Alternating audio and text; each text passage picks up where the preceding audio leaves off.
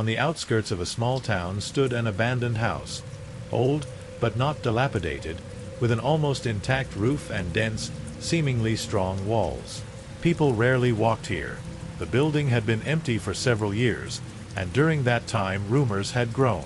It was said that its previous owners, a married couple, had suddenly disappeared. The neighbors flatly refused to tell what exactly happened. All that we managed to find out came down to one thing. The house was built many years ago by an entrepreneur who decided to hide from the hustle and bustle of the city. Since then, he has gained notoriety. Everyone who appeared there too often stopped being the same. The townspeople called the house the Old Trap because those who entered it, even for a while, returned from there as strangers, as if they had left a part of themselves outside its threshold. There was something wrong in the house, and it was felt immediately. It was enough to see its windows pierced by time and fatigue, which seemed empty and motionless even on the sunniest day. Several students studying local history became interested in this building and decided to explore it, collecting material for a documentary project. They were ambitious and perhaps too confident in their abilities. Something in this strange story attracted them, forced them to put aside fear. The students prepared carefully. They took cameras, flashlights, notebooks with them, and spent more than one night reading archival materials to learn everything about the house. They managed to find old newspaper notes where scant lines mentioned mysterious disappearances and briefly described the family who lived here before the house was empty. That day they arrived at the house in the morning. It seemed to reduce the tension. There were 5 of them, and each in his own way was preparing internally for a meeting with the unknown. The house greeted them with a gloomy silence, as if it sensed that it was once again becoming the object of someone's attention. Along the way, the students discussed a plan. Explore each room, record everything unusual, take notes, and look for any hint of the history of this place. By the time they reached the main entrance, the door of the house was closed. At first, none of them dared to enter. Standing at the massive door, they looked at each other, as if trying to read in each other's eyes who would have the courage to touch the cold metal handle first. In the end, one of them, Robert, the guy with the most experience in the field, gave a strangled laugh, hiding his nervousness, and opening the door, was the first to go inside. It was dark and quiet inside. Oddly enough, the smell was not what the guys expected. There was neither dampness nor mustiness characteristic of old buildings. Rather, it smelled of something detached and neutral, as if the house no longer belonged to this world. The rooms greeted them with emptiness.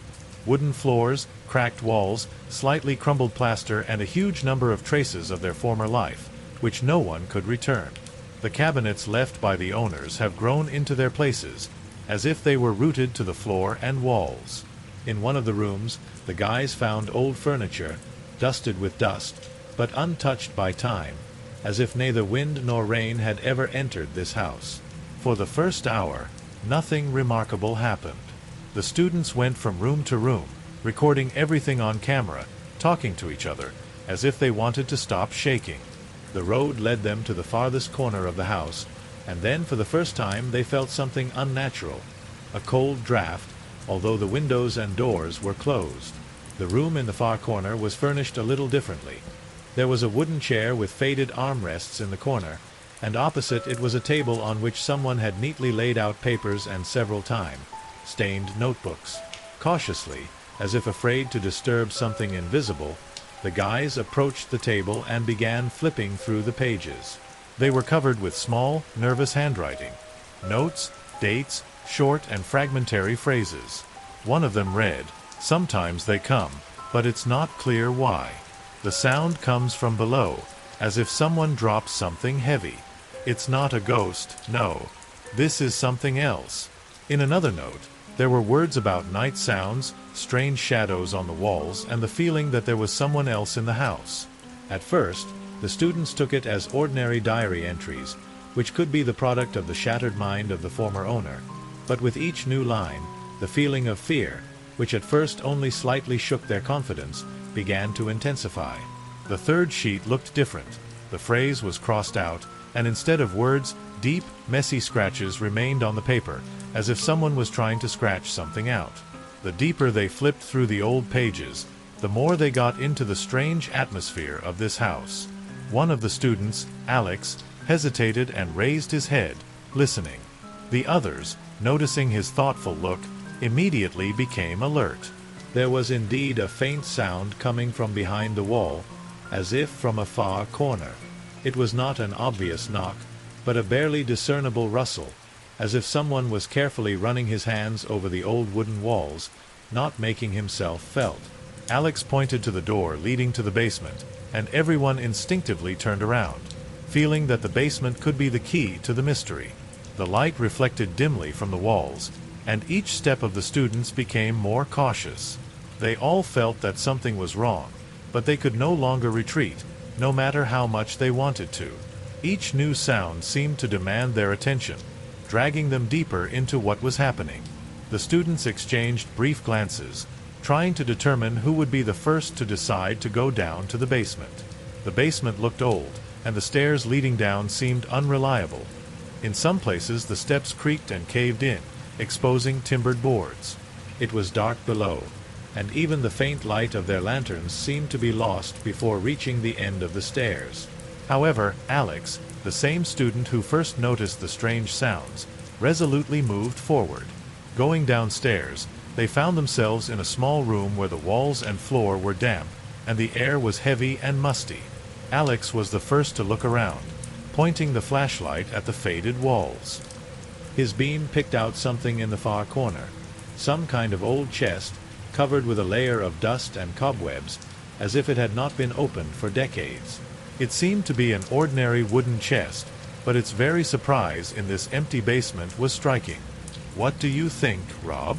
Alex turned to his friend, as if asking for his permission, although in fact he was more waiting for support. Robert, careful and always serious, just shrugged his shoulders.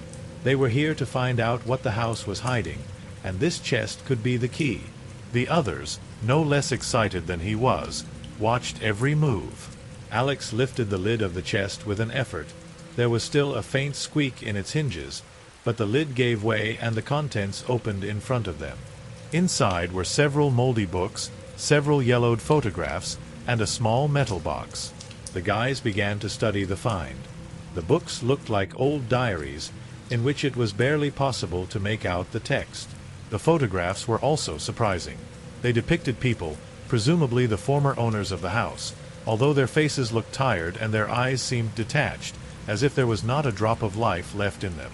The pages in the diaries were soaked with moisture, and the text was partially blurred, but it was still possible to distinguish individual phrases.